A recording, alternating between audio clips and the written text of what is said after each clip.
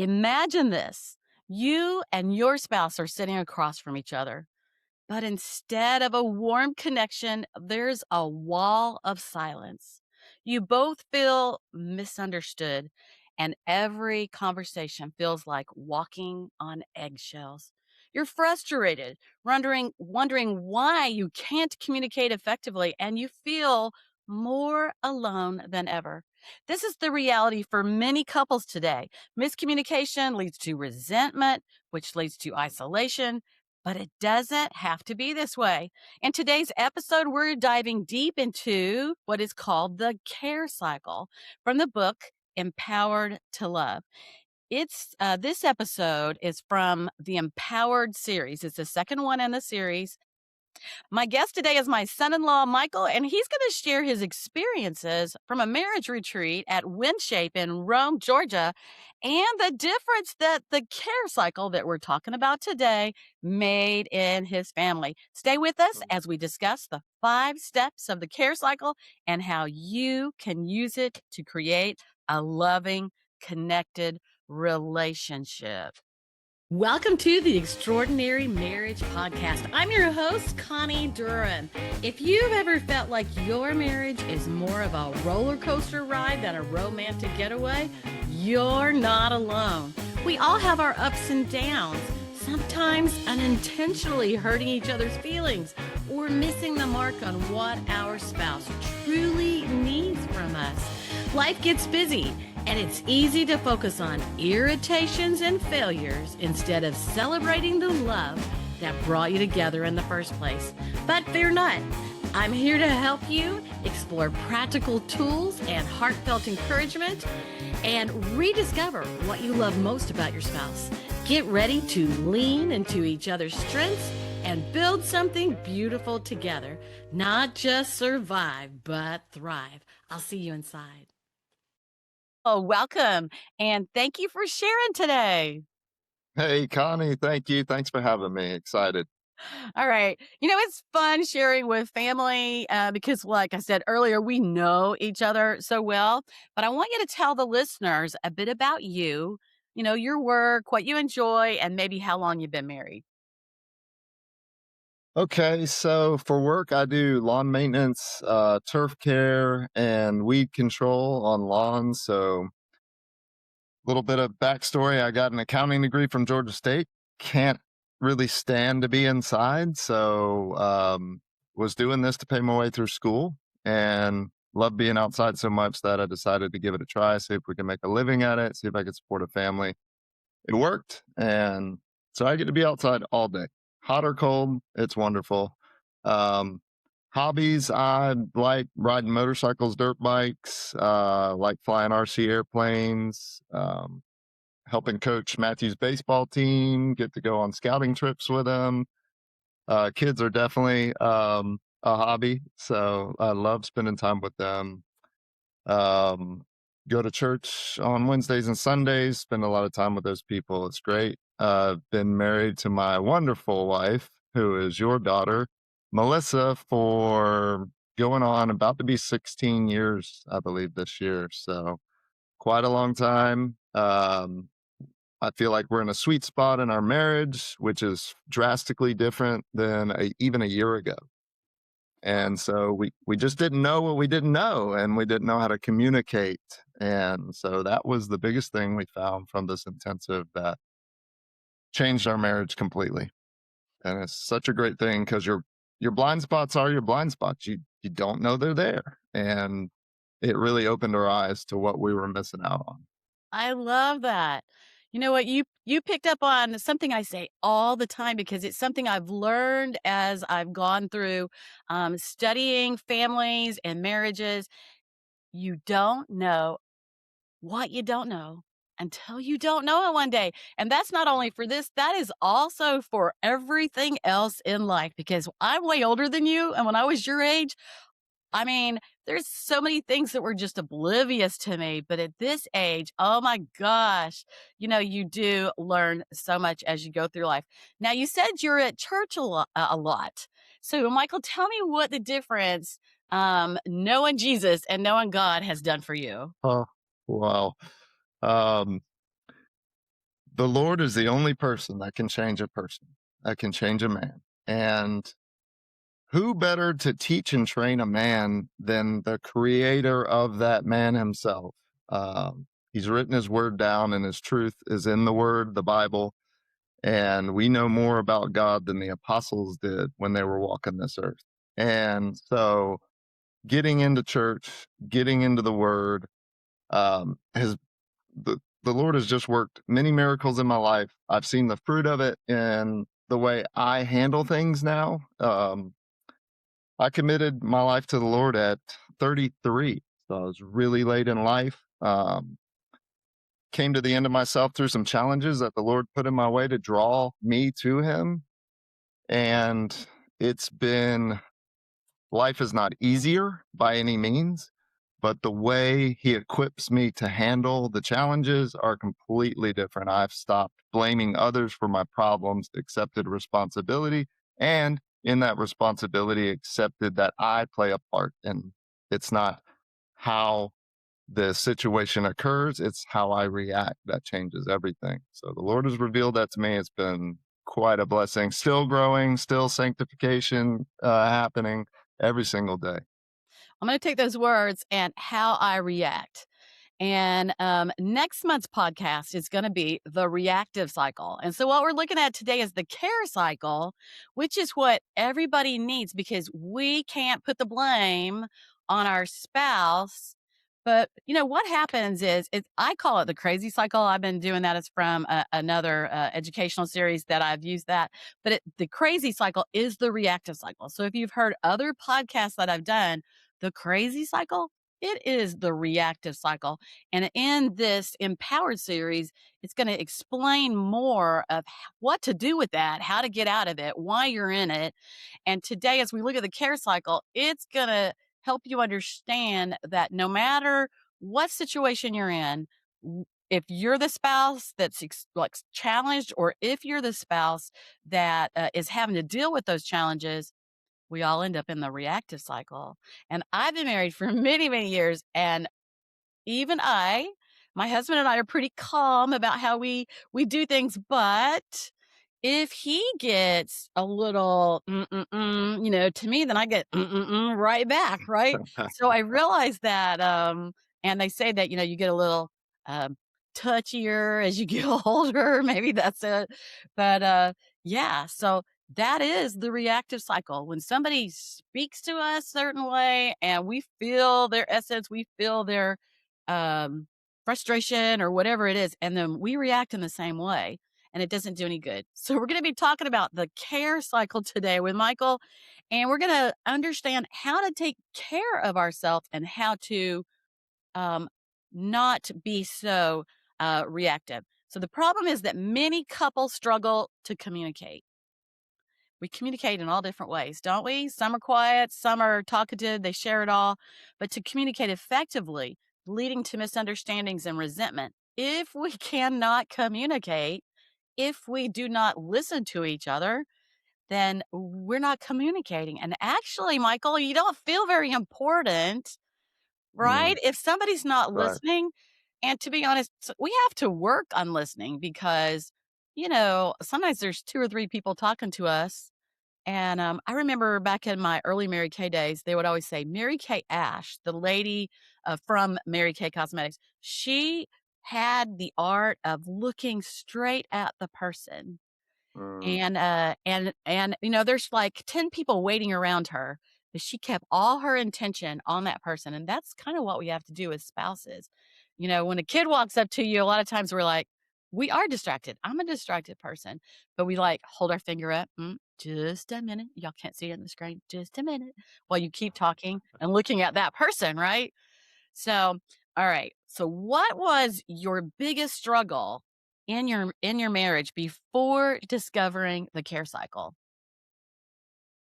so, what led us to going to the WinShape marriage intensive was exactly what we're talking about: communication.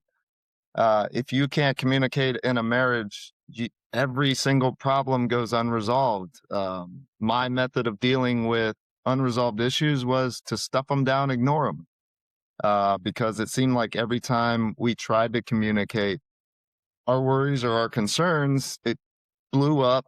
It was a terrible argument that got nowhere. And so I got to the point where I'm like, well, I don't want to go down that path.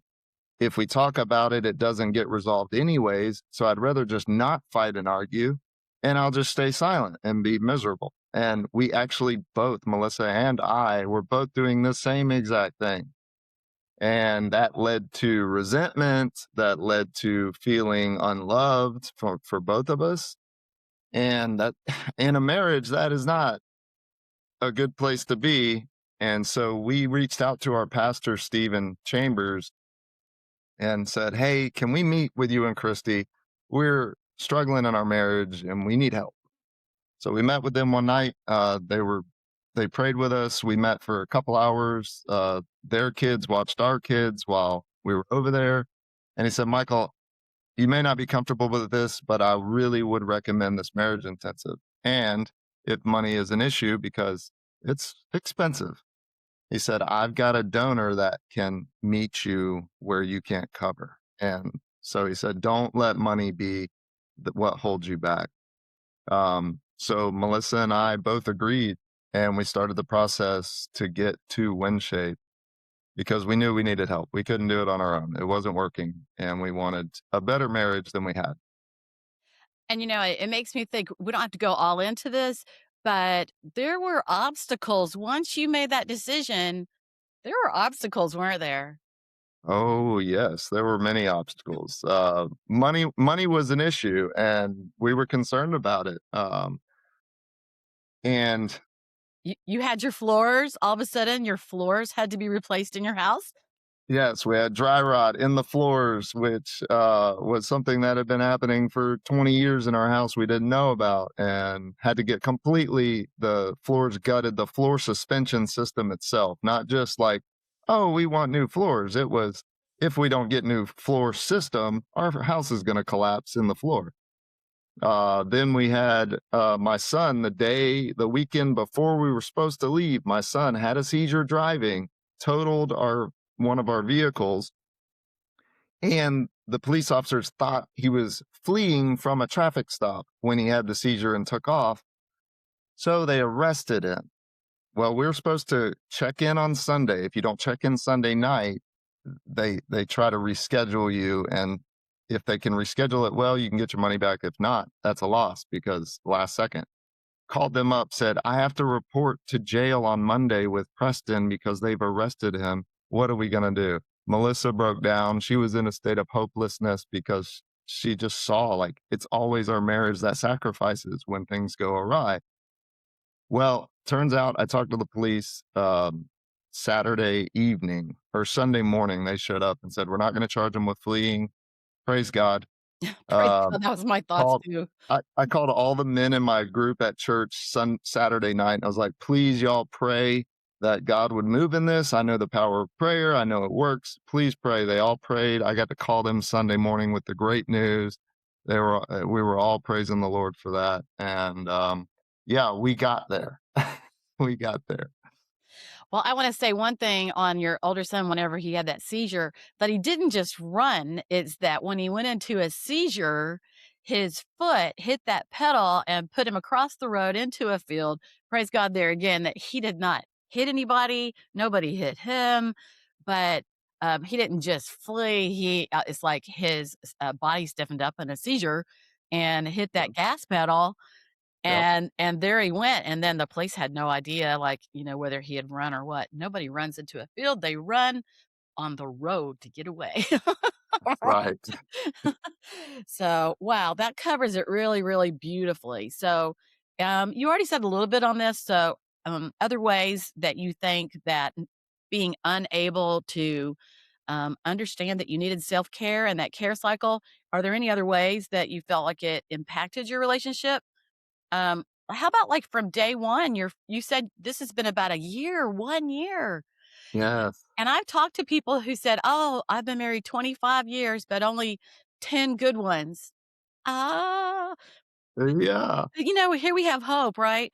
But other ways that it impacted your relationship? Yeah. We through the through the counseling process, we unearthed some unresolved issues from our past. Things that Melissa would say would trigger what they call buttons. And one of the buttons for me was feeling not good enough, Mm, feeling unworthy. And when she would say certain things, she wasn't intentionally pushing these buttons, but they were getting pushed. And I was connecting that to past relationships where I'd been hurt and been abandoned. And my brain just started going through the process, the reactive cycle, started going the crazy cycle, same thing, going through the process. Okay, she's going to abandon me. She's going to take the kids. This marriage is going to end in divorce. I mean, you just start going crazy in your head. But the thing the care cycle does, the care cycle, by the way, is how you stop the reactive cycle. You care for your heart. You go through the steps to recognize the lies that you're believing that mhm. are from the enemy, and you start to look and ask God for help, and He will reveal the truths through the word that you've studied that will lead you to feeling like a child of God, which you are, and you should be worthy. So well said. So what's up? And we're going to be going through the 5 steps before we finish today. Romans 8:28 says, "And we know that in all things God works for the good of those who love him, who have been called according to his purpose." Romans 8:28. Mm, And the truth amen. is that when we look back at things, never when we're in the middle of it, ever do we think, "Oh, the Lord is working." But we look back on things and we learn from them. And I would say an important thing was that, um, you're being willing to go, and that took some years before you're willing to go in God's timing. The opportunity came up, the best opportunity to really learn from that. And that is, again, I want everybody to remember this is the book, Empowered to Love. I don't think anything can be as great as that intensive that you went through because you have professional people leading you through all that and they knew exactly what they were doing at WinShape. But sometimes people you need to get a book, mark through the book as you read it, Empowered to Love by Focus on the Family, and read it again and read it again and pray a lot and read it again, right? If you can't go to an intensive. So, without effective communications, couples can feel isolated. They feel Mm. misunderstood and disconnected, just like Michael's been talking about. So, Michael, in what ways did you feel disconnected from your spouse? And sometimes I may ask a question, you might have kind of covered it a bit. Ways you felt disconnected. Well, when you get in arguments in the reactive cycle, you just go looking for wins. So you're not listening necessarily to your spouse, to the other person, and that leads to disconnection because you feel unheard. You feel like they don't care about the problems you're having. They're just trying to resolve their issues. But the thing is, you're both doing it. You're just feeling like a victim while you're doing the exact same thing to your spouse. And so that leads to disconnection when they don't take the time to listen, when they are just waiting for opportunities to speak during the conversation instead of actively listening. Um, you don't feel connected, and we were both doing that. All right, so these are questions that were given to me. So how many years into your marriage did you realize because there's somebody out there, I mean, they may have only been married a year or a few months and they're already going through this, or they may have been married 30 years and they're still going through this and they've been hanging on. I think a lot of times this is a place where you have seen in the past days and years divorces after the kids get grown, because you never are able to resolve that. So, how many years in did you personally realize the big divide that was holding you back from actually enjoying life and enjoying your life and marriage? I realized it. Well, I mean, we're a year out of the intensive, so 14 years in, I realized there was a problem that we can't handle. Now, that's what led to the intensive. I would say a year, 2 years in. we were having these issues. We just didn't recognize what they were. We just thought we needed time to learn each other and grow together. But you have to deal with the issues that are at hand. You're not just going to grow out of them. So yeah, it was like year one, year two was really hard. And then divorce for us is not an option. So we realized early on that marriage is a commitment. Um, if you leave your spouse and go to another spouse, you're taking all your problems with you. That's It's true. not it's not going to be it looks green on the other side of the fence.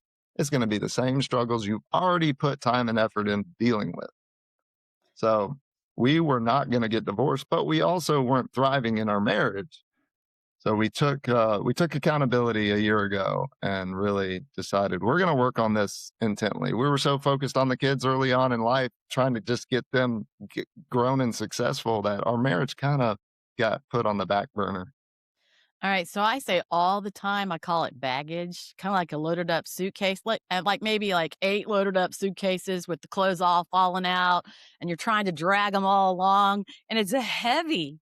It's so very heavy. So I use that all the time because we bring our baggage. Somebody out there, one girl that I was talking to that was having challenges. I mean, she had like a terrible childhood. She had all these problems. We bring our things from teenagehood, from old relationships, from failures as adults. Some people don't get married till they're 40, right? And so maybe they've learned through that, but or maybe they're bringing whatever all with them. And so awareness, which is going to be one of the first care steps, being aware is one of those first things. Isaiah 41:10 says, "So do not fear, for I am with you. Do not be dismayed, for I am your God. I will strengthen you and help you, and will uphold you with my righteous right hand." So, as we go into the care cycle provides a structured approach to communication, helping couples reconnect and resolve issues. So let's take a look at the 5 steps of the care cycle. And I'm going to kind of guide you through that, Michael, and you can pull up the things that you remember from that. So the first part is awareness. And we heard Michael as he shared, you know, becoming aware. Now, he was aware a couple years in, but awareness alone is not enough, right? Awareness is not enough. But what is your alarm? What brings your attention to, oh my gosh, this is just not right. This is not the relationship I want. And a lot of y'all listening out there, maybe you've never witnessed a relationship that's peaceful and loving and kind and enjoyable, but you still want it, but you don't know how to get it. So the first thing is to be aware. Recognize the triggers or signals that indicate something is wrong in your relationship. So what do you remember from the awareness that people need to hear? Yes. So the awareness is once your button gets pushed, it begins a reactive cycle. And the quicker you are aware of that, if you can get to the point where when you hear certain words, you are recognizing that a button is either about to be pushed or is pushed. You recognize it. And for me, my face would get hot. My hands would get shaky. My voice would get fluttery because I'm so frustrated that how dare you say that? So there's generally the most effective initially to become aware is physical. Now, you will become aware so much quicker as you go through that it stops being getting to the physical. By the time your face is hot and you're getting agitated and you're getting jittery, you have long past the button pushing. You are now reacting. And so initially though, those physical reactions in your body that you notice are how you realize and become aware that you need to have a care cycle. Wow. Okay, so I want to say to anybody out there listening, w- what is it? And we can only answer for ourselves, and we can only have a care cycle for ourselves. But if we learn this, even if we're by ourselves in the marriage of figuring this out, if one person can do this care cycle, maybe you can't get your spouse to do it yet, but if one person can do this care cycle, then they can stay calm and then not they cannot react to what all's being said.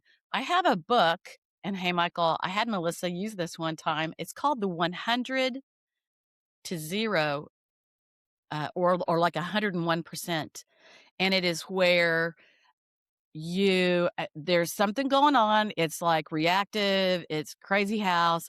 And this is before I knew about this book, Empowered to Love, and reacting like this. But it is where no matter what goes on, you give 100%. Like, don't expect anything, 0. Don't expect Oh, anything from your spouse. You yes, give 100% and don't expect anything, because a lot of times, um, reactive cycle is created by expecting a certain absolutely. thing, expecting, like, your spouse to act like your mom or your spouse to act like your dad, according to which sex you are, of course. But it's like, go ahead. Well, I'm glad you're bringing this up because in the book, they kind of touch on this, what you're talking about, the 100% rule. You give 100%. Even if your spouse gives 0%, guess what? Your marriage is going to be 50% better. Who doesn't want a 50% better marriage? And it requires no expectation on your end. And that's it. Because you have no expectation, you don't become as reactive or fussy. And, I teach on the personality styles, and some people, when emotions happen, some people react in anger. If you react in anger automatically, we all get mad sometimes. But if you react, that's your top emotion, then remember the old thing about counting to 10? Well, I think 5 might be better, right? But 5 slowly thinking, taking a breath before you react. But with the personality stuff, the personality styles, anger is one. Another style is stuffing it. Stuffing it, quiet, no emotion, not saying anything, but they're feeling it. You just don't know it, and they're stuffing it, and they're just taking it all in until one day they're like, I'm done, right?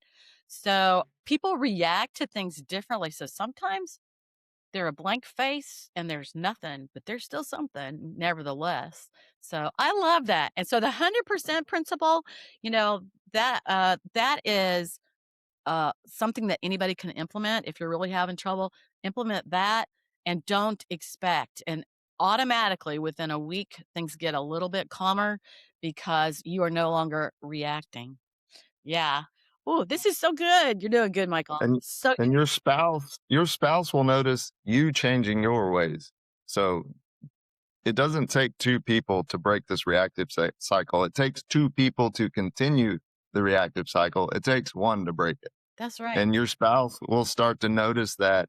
And that will be an opportunity for you to give a testimony of, hey, this is what I'm using. How about you could try it too? And we could work on this together. That's terrific. So well said. So let's go back to his alarm. His alarm was what? Feeling his face turning red. He started feeling a little shaky inside. Whenever I describe that, I say, I'm getting so mad I could blast off into orbit. Your My whole body would get hot. It starts in your chest. You start feeling that heat coming. You know it's there. Yes. Okay. So, what is your alarm, people? What is your button? What is your spouse's button? Pay attention. Number two, accept. All right. What feelings do I need to accept? All right. So, accept your feelings and take responsibility for your part in the situation. And this is what Michael's talking about today. First, we have to accept because we're the only person who can step it up until our spouse. They were lucky and they got to go together, but we don't always get to do that. So, 7 general emotions that come up when we start to really get fired up. Joy, well, not joy and not joy, but 7 general emotions, overall we have. Joy, yeah, we all want that, but then there's fear, sadness, anger, shame, guilt, or loneliness. Hey, I object. There's only one positive word in there. Yeah. So, so we're on the next step, which was accept. So how did things change when you started to accept that there were challenges? The first part of accept is exactly what you said. It's you own it. You own 100% of the 50% problem that you have created. And so you in that have control.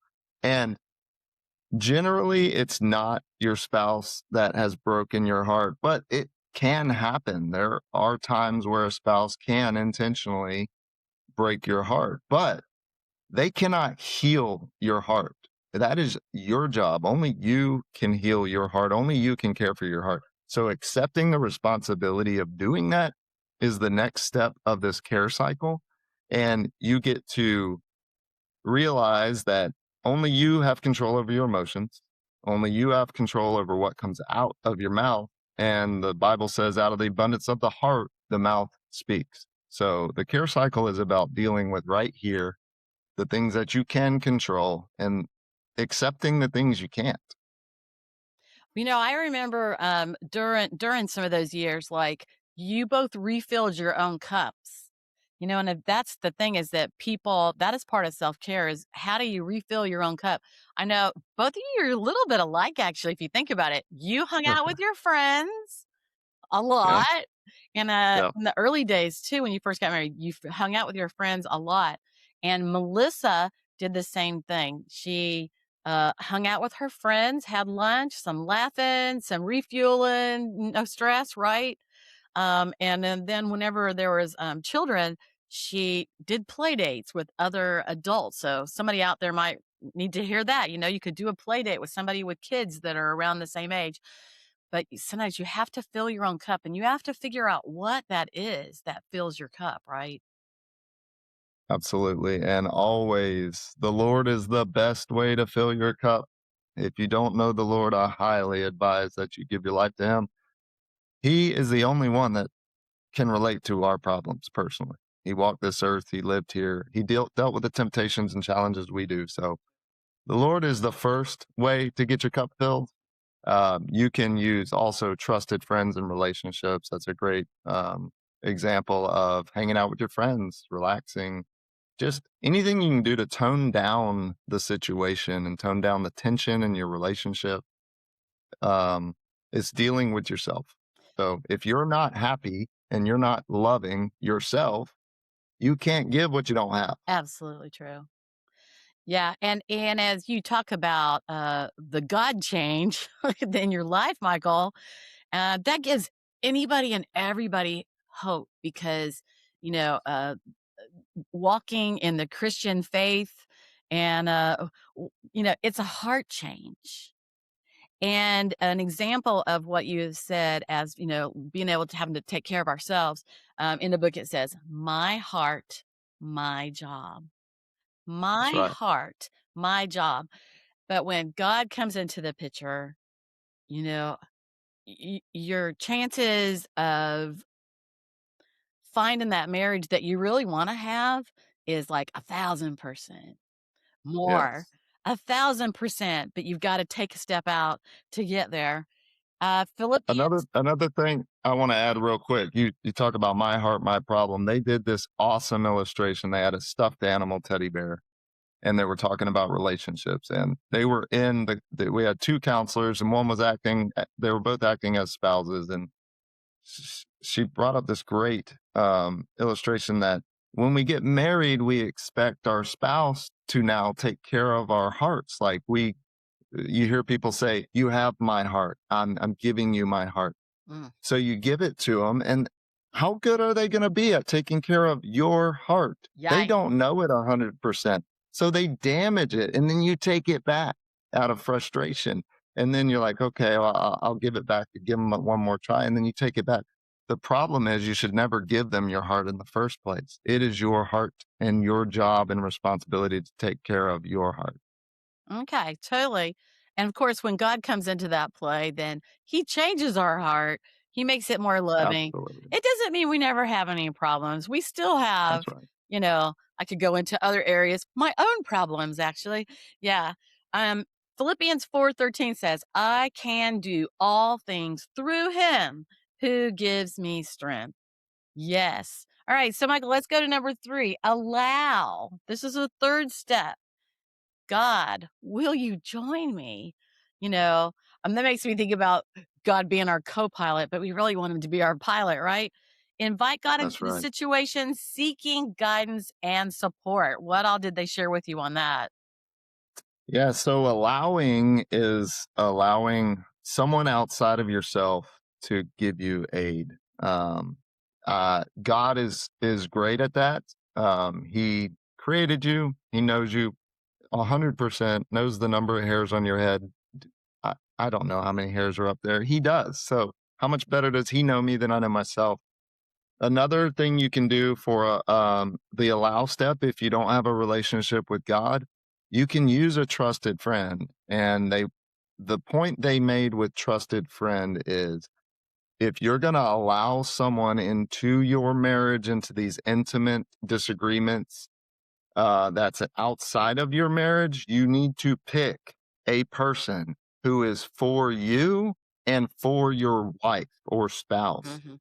If they are not going to be on the defensive for your spouse, they are not a trusted friend to allow into this space and allow to speak truth into your life. You need someone who's for both of you guys and loves you both. And, I call that middle ground because most of the time we see things only from our perspective, how it looks from me. So, from your perspective, from your spouse's perspective, there's actually a middle ground. And middle ground is in every area of your life. I can't even go into it. There's so many, everything's about middle ground. Success is in the middle ground where you meet in the middle, whether it's politics, marriage, figuring out how you want to discipline your kids, meeting in the middle. Everything is about meeting in the middle. So, and definitely if you lean into someone who, um, talks down about your spouse in a non-loving manner, it's kind I always call that actually, Michael, I've realized that, we all have spiritual gifts from God, and I feel like mine is, um, oh, now I'm gonna forget. No. No, my gift is loving anyway. Even now, I was watching, criminals on TV, and it's like, I have this God has given me this where I love people. I see the person, I see the little kid, and as I look at maybe somebody who's a criminal even, I look at their face and I see a little boy um, Mm. it's or I'd say a little girl, but I'm sorry, but most of the time it's guys that are on there somehow. I don't know why that is. Maybe because guys have more testosterone or something. They're a little more aggressive. But, I see these men on the news and I see a little boy who probably wasn't taken care of or wasn't loved or, even kids who weren't fed or, you know, taken care of and I see a hurting child instead. And I think you know, that's what you want from somebody because they see from the middle, they see both sides, they present both sides. And I have to say, sometimes it gets me in trouble, even with my husband. He's telling me something and I'm seeing both sides. And he's like, he just get a little irritated about me seeing both sides, you know? So, Yeah. yeah. Also, in the allow, you're allowing these people to tell you when you're wrong. You're allowing these people to speak truth into your life. For instance, with God, like Michael, I'm feeling unloved, Lord. Well, Michael, you know your wife loves you. She loves you dearly. She's a child. She's my child. So I know that she overflows that love into your life. You're just believing a lie that's untrue. You're just aggravated in the moment and it's leading your mind to be confused. In fact, they talk about in the aware step, they say your mind, when your buttons are pushed, is now a child's mind. Ooh, It that's does right. not work. It does not work like an adult brain anymore. You cannot think rationally. So you need to step back, have this care cycle so you can get back to maturity and be right with your spouse. Well, that's a great point. And buttons are really important. We all use that word. Man, don't push my buttons, right? Yeah, Yeah. that's All right. right. Number 4 is a 10. So we've become aware and let's see, I would have to look at my notes. We've become aware and We accept. we accept. Thank you. Then we allow. Then we allow. Then we must attend.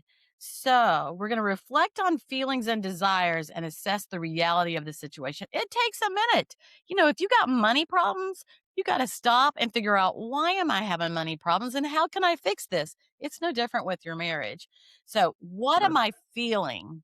So people need to stop and think, what am I feeling? What do I want right now? What is the truth? Which we really usually can't see that part.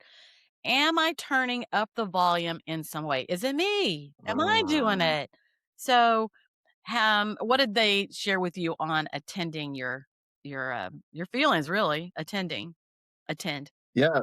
So the attend is the most important step out of this cycle. It's the one that will take the most time to go through because this is where most of the action is. So identify the feeling. You're aware you're feeling this thing. Now, a part of identifying the feeling is identify the button that caused the feeling. For me, it's rejection, abandonment. Those two are pretty close together. When I feel rejected, I feel like abandonment is coming right behind it. So once you feel that, you identify the feeling, you say, okay, need a care cycle. Um, is this familiar or historical? Have you felt this feeling before? This is where I had the most breakthrough in the counseling session was, is this feeling historical? I was tying the way Melissa was acting, which historically lined up with the way one of my exes was acting, which led to separation, led to children being taken. Um, and I was feeling the fear of that moment in the past, projecting it onto my marriage currently, and being fearful of what could happen in the future. And so that was huge. That was a huge part because when a button's getting pushed, it generally is a historical feeling. You're not thinking about what they're doing right now. You're thinking about, okay, this button was pushed in the past and it led to this. This is where we're going again. Here we go. Oh my gosh, I am worthless. I am unworthy. It's happening again. Well, no, it's not happening again. You have an opportunity to change it this time. Then next is, how do I feel right now? And then what do I want the Lord to say to me? This is key. What do I want the Lord to say to me? Michael, you are my child. I know the plans I have for you. They're plans for good and not harm. I before the world was created, I knew you. I know the hairs on your head. I sent my son for a rescue mission for you. Of course, I love you. You are not abandoned. You are not unworthy. You are my child. And so then, what lies am I believing is the next part of the attending. So, what lies am I believing from the enemy? Because the enemy is master of lies. And when you hear those lies, they don't sound like lies, they sound like truth because he is. When the devil lies, he speaks his native language that he is the best liar ever created. Mm, mm. So I'm believing the lie that my wife is rejecting me. My children will be taken from me. This is a specific conflict I'm speaking of. So I'm going through what specifically I believed at the time. And then the next part is, after what am I believing? What is the truth? What is the truth of the situation? And the key to this part is God's word. What is the truth? Who is my wife to me? How does my wife actually love me? She's put through years of struggle and is still there, so she's not going to abandon me. Why would I think that? Well, because I'm fearful. But when you stop to slow down to see the truth, you look in the past, you look at how your spouse has shown up, you look at the commitment she has made, and you've come this far. So it's never hopeless. And then the next part of that is, what else is going on right now? And this part I heard a friend, Alfred, He gave this great demonstration on anger. Anger, we know anger is a sin. He said, but we're walking around agitated 90% of the time. The anger is just the cream on the top that rises up when we get into conflict. So we're already agitated. So what's going on right now? I'm worried about work. I'm worried about customers that are I haven't responded to. I'm worried about how Preston and Madison and Matthew and Sarah are doing in school. So you've got to slow everything down and take your time to realize that this conflict is not about necessarily this conflict. It's about this conflict and this issue and this issue and this issue. And it's just exploding because the straw that broke the camel's back has been laid. Um, That and then, that's a gigantic point, Michael, so I really wanna point that out. oh, That right there was the root. It's not usually the one thing or the person in front of you, it is all the stuff, all the yeah. stuff. Um, did I use the suitcase analogy before we got on or after? No, I don't think Your so. young mind, you could tell me. I might not remember. All right. So I use the analogy because I always call it baggage. We have baggage and we have today's stuff and tomorrow's stuff. And I don't know about you or whoever's listening, but when I get too many things stacking up on me, I'm just not quite as congenial as usual, you know? But, Michael, anger, I wouldn't really say is a sin, but acting on the anger. Because even Mm, Jesus got angry, and there are things that we can get angry over. So it's not really the sin is acting on the anger, but the emotions come up and we like can't help ourselves because we just can't help it. And it is yeah. learning to contend with that. And that's what y'all learned through this care cycle was how to Yeah. contend with emotions. Your actions start in the mind. That's why the Bible's clear. Take every thought captive, hold it up to the truth of God's word is uh, before you get angry and you react, you have a thought. And that's what this care cycle, the aware step is about. It's about getting so good at realizing a button has been pushed that you catch it at the thought Got it. before it ever gets physical, before it ever you get your heart rate starts going. And And and my baggage analogy, I just realized I didn't actually share that, was I saw it in a cartoon one time and I thought, "Oh, that is so true." It is like, you've got, 7 suitcases behind you and the clothes are all leaking out, like stuff sticking out of all the suitcases, and it gets heavier through life and heavier and mm, heavier as you pull this load of baggage that you have not dealt with, and that is what puts people in this whole crazy cycle, this whole reactive cycle. And mm, until they mm, stop and figure out these things and attend to it, and like you said, this is the biggest time because sometimes you have to start digging through that baggage because I've got this going on right now, but I had that going on that year and that there and that there. And when I was a kid. And so some people have to dig real deep. Sometimes we just took a wrong turn and, we've gone in the wrong direction for 10 years, but other times it just goes so very deep. So, um, all right, so let's go to number 5. But first I'm gonna say Ephesians 3:20. Now to him who is able to do immeasurably more than oh, all we ask. hang on. We didn't finish a 10. Let's finish a 10 real quick. Oh, Sorry. okay, sorry. I got sidetracked. So the next step is what is the truth about my spouse? We kind of went over that. I discussed that a little bit. So what is the truth about your spouse?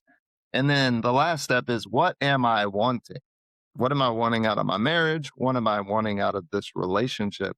And when you focus on the want, it helps to drive you to get there. If you don't know what you want, you don't know where to head. So knowing what you want is critical. And we all want joy, peace, patience, kindness, gentleness, so self-control, goodness, and all the fruits of the spirit. But joy, I think, is what we all want in a marriage. And so how do you find that? Because aren't you looking like for a mentor, an example? I mean, I know God's word, that's the biggest one, but like a mentor or somebody A couple sometimes we look at couples and they look all perfect, and then they're not. Yes. Social media.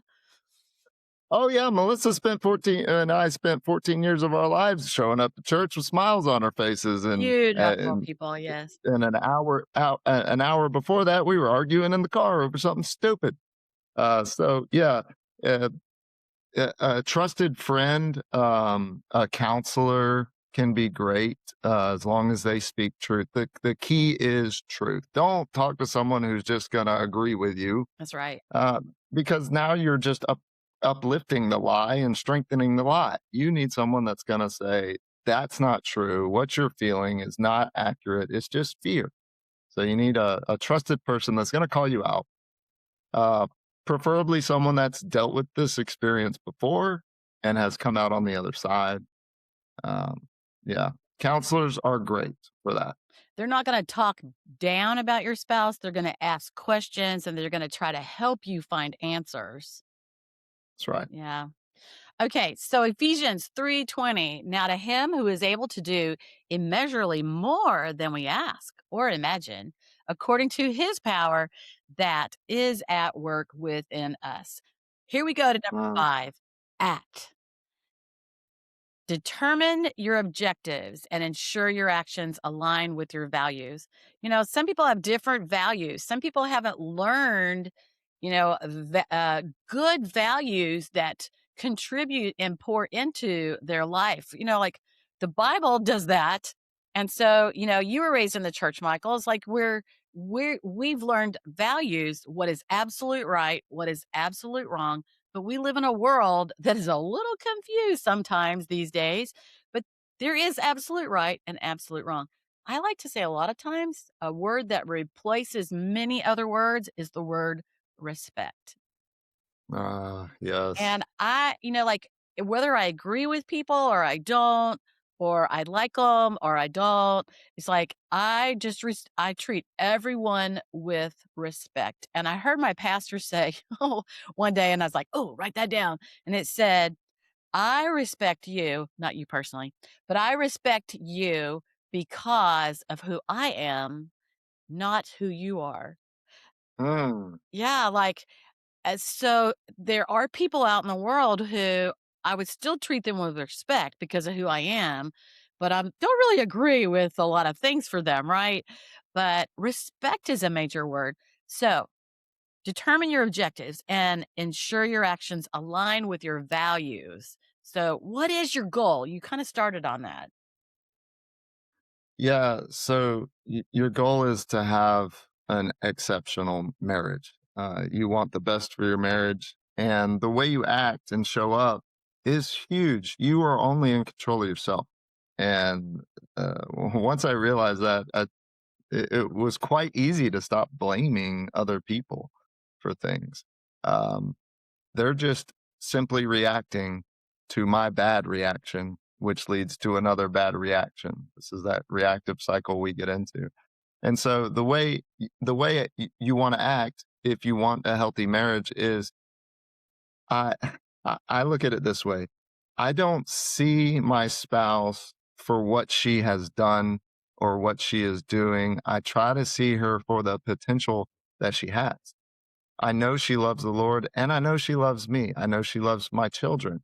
So if, for instance, I'm dealing with disciplining a child and she interrupts, I know that she's not doing that because I'm wrong. She's doing that because she wants what's best for the child being disciplined. And she thinks that maybe she has value to add there. That was a very So, nice way to put that. well, and it's so hard in the moment, Connie. It's so hard to deal that because you're already dealing with an issue. You've got your mind focused on it, and any interruption or distraction is going to throw that off. And so, Hey, Michael, and uh, believe it or not, in our with Jeff and I am the disciplined person. So I've had that happen too, where I'm like, don't even interrupt me here, you know? Yeah. Yeah. and sometimes you can say that with love, like, "Hey, I'm raising a man. I'm raising your son to be a man. Please allow me to do that." But if you just say, "Hey, butt out, I'm dealing with it," well, that's you're pushing buttons now. So you want to deal with it. Basically, the golden rule.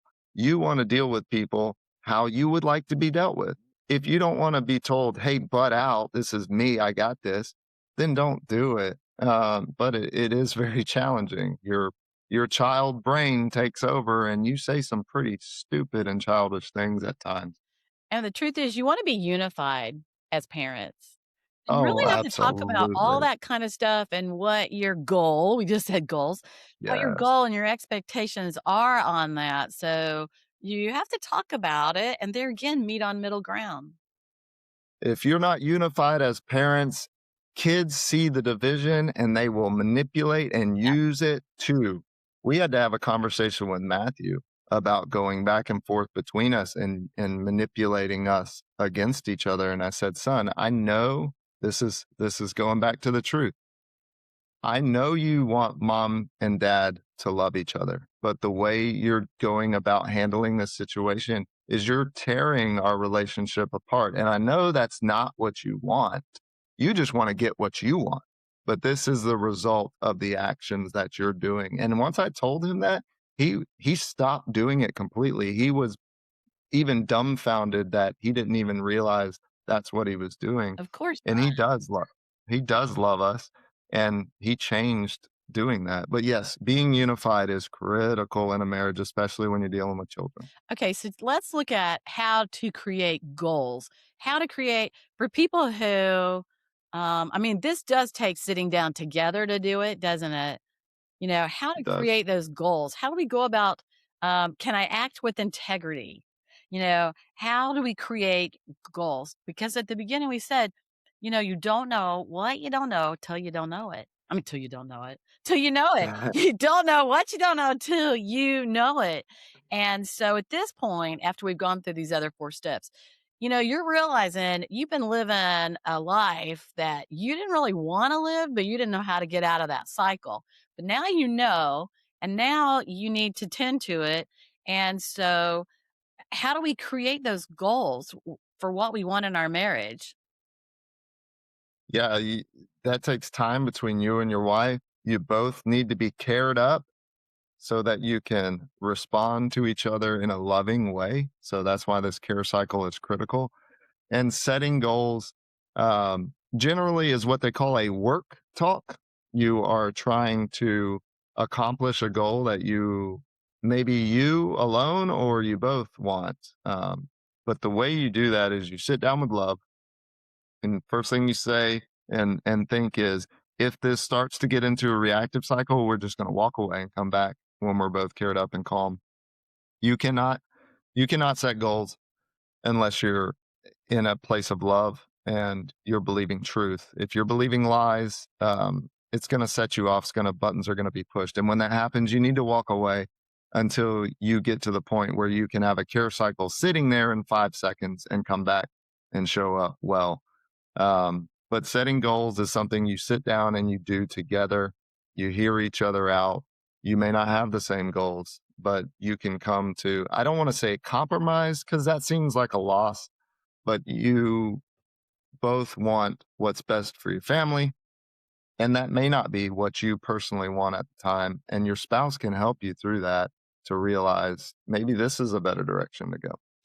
Well, you know, I have a free gift on my webpage, theextraordinarymarriage.com, and it is called The Chemistry of Lasting Love. Because the truth is that couples need at least 15 hours a week together. That might be sitting on the couch together, watching TV. It might be taking a walk. It might be eating dinner together, doing the dishes together, um, chatting as you're getting ready for work in the morning. But 15 hours in, you know, a little date night here, or the kids go to bed and you're watching a movie, having that time together, having that time to talk. And inside the chemistry of lasting love is a guide and a quiz that helps you understand what your spouse needs from you. There are 10 basic needs. I'm not going to go into here, but understanding what your spouse needs from you and them knowing what you need, take the top 2 on that, and it's going to give you a direction of what's most important to your spouse because people are all different. And one person needs a lot of attention and touchy touchy, and another person's like, don't. be touchy, right? So Right. understanding those needs, like adventure, like one we would have in common, Michael, is adventure.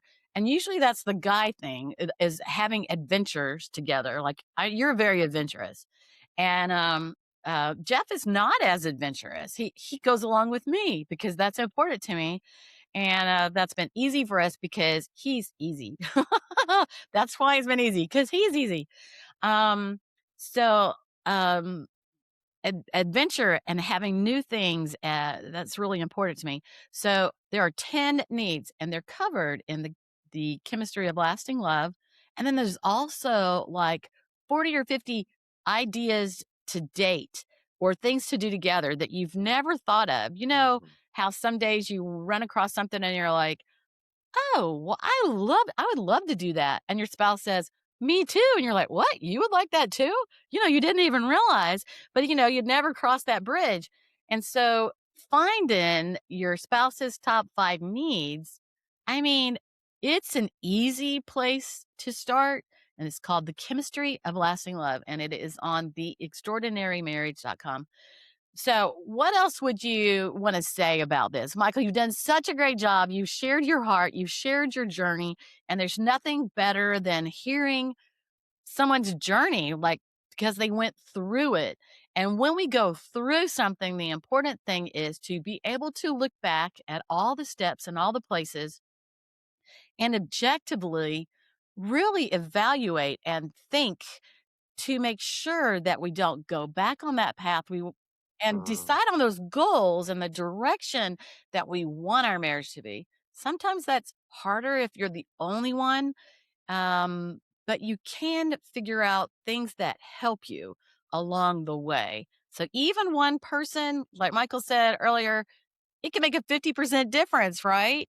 But even one person makes a difference, but two people going together in God's timing, at the right time, in the right place, with the right people is really awesome because I've witnessed that with y'all and the big turnaround. And aren't you impressed I didn't get emotional today? Yeah, I thought this was gonna have some tears in it, but yes. Uh, So things I've learned that I will say, communication. When you're getting in an argument, you're already both heated. Guess what? It's not about what you're arguing about. It's about the unresolved argument from potentially years ago. But there are arguments you've had that you've stuffed down. And now this is the result of the explosion of emotions that are coming to light. And so deal with the little things while they're little things, because a pile of little things is not little anymore.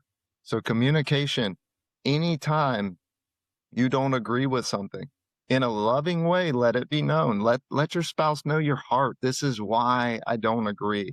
And you may be right, you may be wrong, but that's an opportunity for y'all to resolve the issue.